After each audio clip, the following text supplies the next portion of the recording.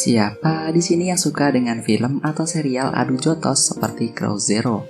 Bagaimana dengan film Crow Zero Explode kemarin? Mengecewakan bukan? Bercanda. Setelah mencari beberapa rekomendasi film atau serial yang mirip dengan Crow Zero, akhirnya saya mendapatkan serial yang bernama High and Low, yang bahkan sudah merilis beberapa movie juga.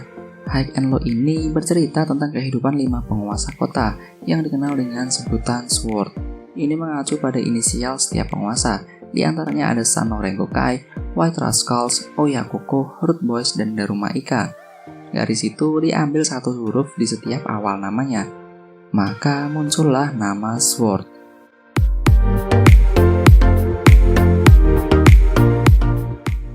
Awalnya sebelum ada 5 penguasa ini, SWORD dikuasai oleh Mugen. Tapi lambat laun Mugen mengalami beberapa masalah internal sejak salah satu anggota mereka keluar. Dan ini mengakibatkan Mugen kehilangan sosok pemimpin. Kemudian suatu hari secara sengaja salah satu anggota abal-abal Mugen mencari masalah dengan Amamiya Brothers.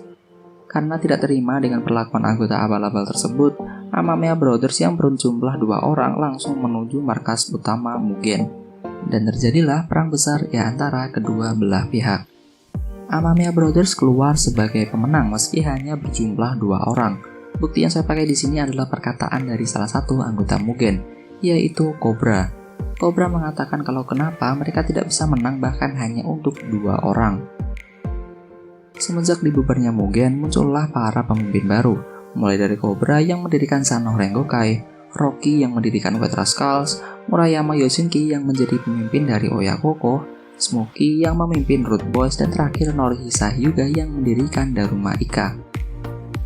Oke, kenapa di sini hanya Murayama dan Smokey yang tidak saya sebutkan sebagai pendiri?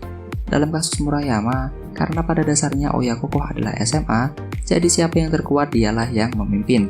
Sama halnya dengan Root Boys, mereka merupakan orang yang tinggal di kota kumuh, dan untuk melindungi satu sama lain, mereka akhirnya membentuk suatu geng di mana ketuanya adalah Smokey.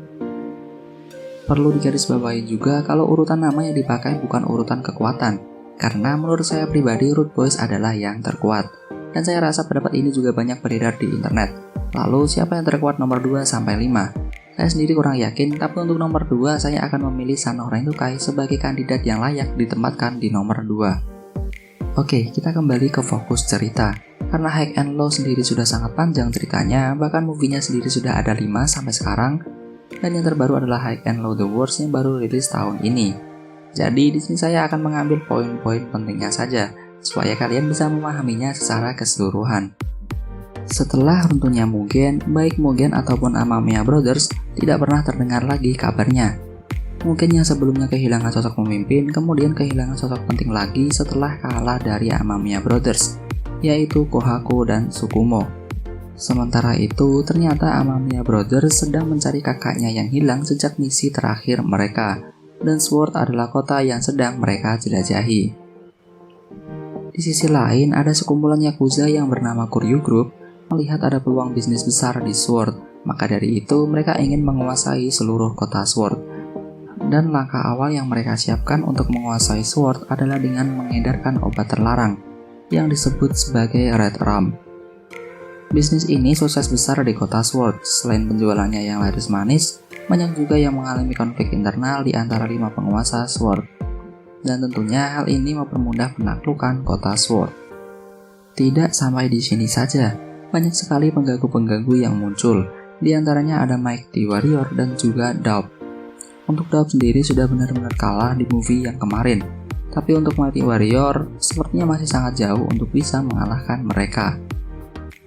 Mari kita pindah ke Amamiya Brothers. Setelah kesana kemari mencari alamat kakaknya, mereka bertemu dengan seorang wanita yang sempat diselamatkan oleh kakak mereka, yakni Amamiya Takeru. Wanita ini adalah kunci untuk menemukan Takeru dan juga untuk membongkar kejahatan-kejahatan dari Kuryu Group lewat peninggalan ayah wanita tersebut.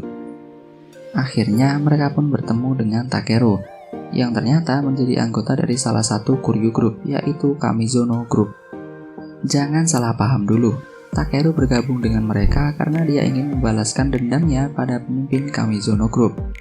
Sayangnya, ketika Hiroto dan Masaki bertemu dengan kakaknya tersebut, mereka dihadapkan dengan situasi yang tidak diuntungkan, di mana penyamaran dari Takeru terbongkar dan terpaksa harus menghadapi Kamizono secara langsung.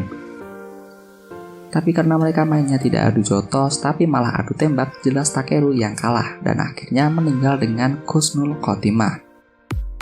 Kemudian untuk membalas kematian kakaknya, Amamiya Masaki dan Amamiya Hiroto menuju markas Kamizono secara langsung dan terjadi pertempuran gila-gilaan.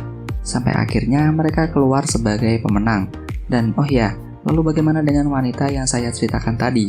Wanita ini sudah berada di tempat yang aman dan rahasia tentang Kuryu Group yang tersimpan dalam flash disk sudah dia bawa dan diserahkan pada orang yang terpercaya, yaitu Kohaku.